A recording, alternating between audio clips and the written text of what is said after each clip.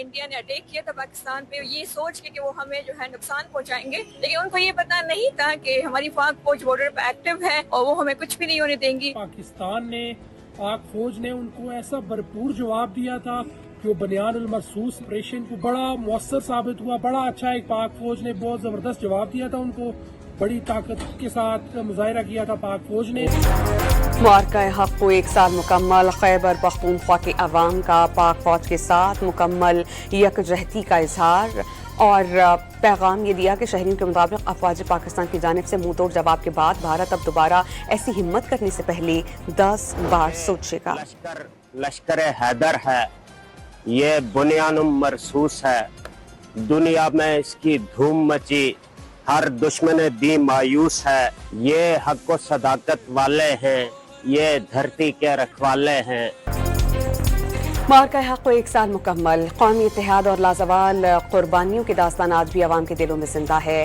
نوجوان کشمیری شاعر کا لائن آف کنٹرول سے افواج پاکستان اور قوم کے نام اہم پیغام، آزاد کشمیر سمیت پوری قوم معرکہ حق کو دفاع وطن، قومی غیرت اور استقامت کی علامت قرار دیتی ہے۔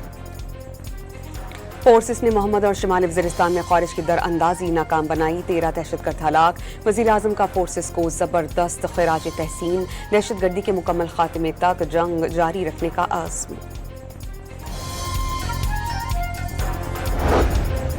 CCD نے ساہیوال میں کالعدم تنظیم کے 2 کارندے گرفتار کر لیے، ملزمان لوگوں کو فتنہ الخوارج میں شامل ہونے کی دعوت دے رہے تھے، قبضے سے ممنوعہ کتابیں، سٹیکرز، ممبرشپ کارڈ برآمد۔ وزیر داخلہ کا اسلام آباد میں FIA ہیڈ کوارٹرز کا دورہ، اکیڈمی کے اپ گریڈیشن پروجیکٹ پر پیش رفت کا جائزہ لیا۔ محسن نقوی نے سال کے اختتام تک FIA کو جدید خطوط پر استوار کرنا اپنا ہدف قرار دے دیا۔ کسان اتحاد کے صدر خالد کھوکھر کی حکومت کی زرعی پالیسیز پر کڑی تنقید، ملک میں زرعی پیداوار میں بڑی کمی کا دعویٰ، اور یہ بھی کہا کہ 3 سے 4 سال کے دوران گندم نظر نہیں آئے گی۔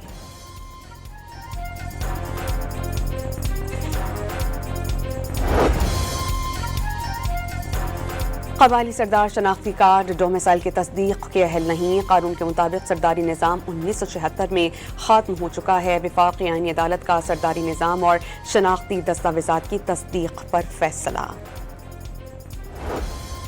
ساہیوال کے چک بشیرہ میں گھر سے 2 کم عمر بھائیوں کی لاشیں ملی ہیں، پولیس نے بچوں کی والدہ کو تفتیش کے لیے حراست میں لے لیا۔ وزیر اعلیٰ سندھ سے ڈنمارک کی سفیر کی ملاقات، مراد علی شاہ کی ڈنمارک کے سرمایہ کاروں کو سندھ میں سرمایہ کاری کی دعوت۔ ڈنمارک کے سفیر کے مطابق قیٹی بندر کی ترقی علاقائی تجارت کے لیے اہم پیش رفت ثابت ہو سکتی ہے۔ اسرائیل نے غزہ جانے والے امدادی فلوٹیلا کے گرفتار اراکین کو واپس یونان بھیجنے کا فیصلہ کر لیا۔ وزیر خارجہ اسحاق ڈار کی بین الاقوامی پانیوں میں گلوبل سمود فلوٹیلا کو روکے جانے اور اس میں سوار کارکنان کی گرفتاری کی شدید الفاظ میں مذمت۔ پاکستان، ترکی اور ملائیشیا سمیت 11 ممالک کا گرفتار افراد کی رہائی کا مطالبہ، ایتھنز میں گرفتاریوں پر احتجاج۔ اسرائیلی دہشت گردی کا شکار غزہ کے بے گھر فلسطینیوں کے لیے خیموں کی زندگی عذاب، کیمپس میں چوہے اور کھٹملوں کی یہ لغار، مظلوم فلسطینیوں میں بیماریاں پھیلنے لگیں۔ Representative is not a qualified partner to shake hands with him. You know, he is defending Netanyahu and his government, which I think is isolated, and I think the whole world now believe that we are victims and the Israeli government should be sanctioned. جنگی مجرم نیتنیاہو کے نمائندے سے ہاتھ نہیں ملا سکتا، FIFA اجلاس کے دوران فلسطینی فٹ بال فیڈریشن کے صدر نے فیفا سربراہ کی بات ماننے سے انکار کر دیا۔ اسرائیلی فٹ بال فیڈریشن کا عہدیدار یہاں کھیل کے لیے نہیں، اپنی حکومت کا گندا چہرہ صاف کرنے آیا ہے۔ ایسے شخص کے ساتھ ہاتھ ملانا، تصویر کھنچوانا باعث شرم ہوگا۔ فلسطینی فٹ بال فیڈریشن کے صدر جبرائیل رجب کی گفتگو۔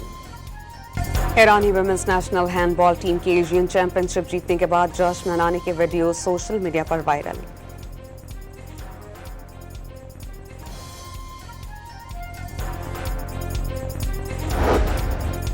پاکستان سپر لیگ کے دوسرے ایلیمنیٹر میچ میں اسلام آباد یونائٹڈ اور حیدرآباد کنگز میں آج آمنے سامنے ہوں گے۔ جیتنے والی ٹیم اتوار کو پشاور زلمی سے فائنل کھیلے گی۔